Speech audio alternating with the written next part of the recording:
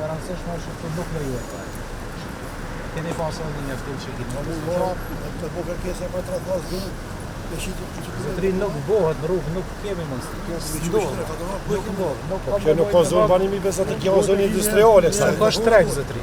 Nuk është treg edhe nuk lejohet. Nuk po hall se na ketë familjar, s'u bëjmë familjar. Ja u bëjmë hallin në rrugë, janë në komunë. Se ty ta siguron shteti, neve s'na siguron se na jep çdo. E vetëm ja klasë jem vetëm mësuar zotni.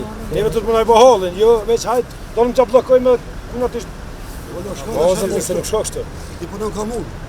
Do shkoj këtu valla. Ka shitje këtu. Ja konta tash para te komunë për dorë benzisa. Pasat shefet. Ja mora me dorën me.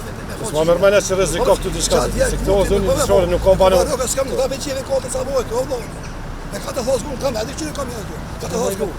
Po zvene desune, edhe zven komunë apo është me ato mytna, se me ta komunë me dhona aty me do. Me çelu ty neta, asaj ka të thos gun dasë. Ti po të kesh. Çfarë them ja? Nuk kam mirë që ka pasha zotë që biloj. Nuk kam mirë që ka punë. Ka ku ti vazhdon.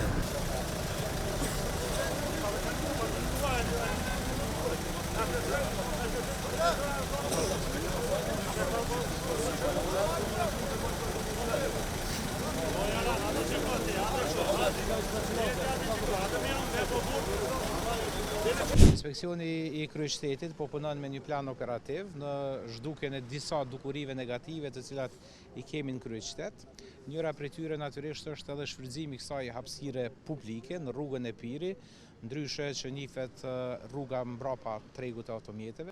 Bëhet fjalë për një rrugë, për një hapësirë publike e cila në asnjë formë nuk është e destinuar për shitje të tilla. Kemi pas edhe një gjendje tepër katastrofike, sepse përveç që është bërë shitja e shpesëve dhe baktive të vogla, këtu njëkohësisht është bërë edhe therrja atyre, gjë që ka çuar natyrisht pastaj edhe në një pamje tepër të keqe, po edhe të një dukuri e cila mund të kishte pas edhe shpërndarje të infeksioneve të ndryshme. Kjo hapësirë tani tutje në asnjë formë, në asnjë mënyrë dhe në asnjë periudhë kohore më nuk do jetë e destinuar për treg siç është përdorur deri më tani. Këta duhet i drejtohen komunës, është drejtoria e shërbimeve publike, pastaj drejtori kompetente e cila mirret me destinimin dhe dhënien në shfrytëzim të hapësirave publike. Kemi inspektuar komplet hapësirat këtu për rreth tregut, ku gjithë shtetësit të cilët kanë tentuar të shesin ilegalisht janë largu.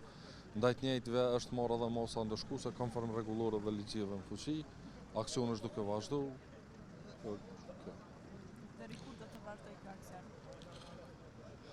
Deri sot të vëdësojmë gjithë ashtet ilegal. Dikun rreth 15 gjoba janë shënuar deri tani nga ana inspektoriatit tonë.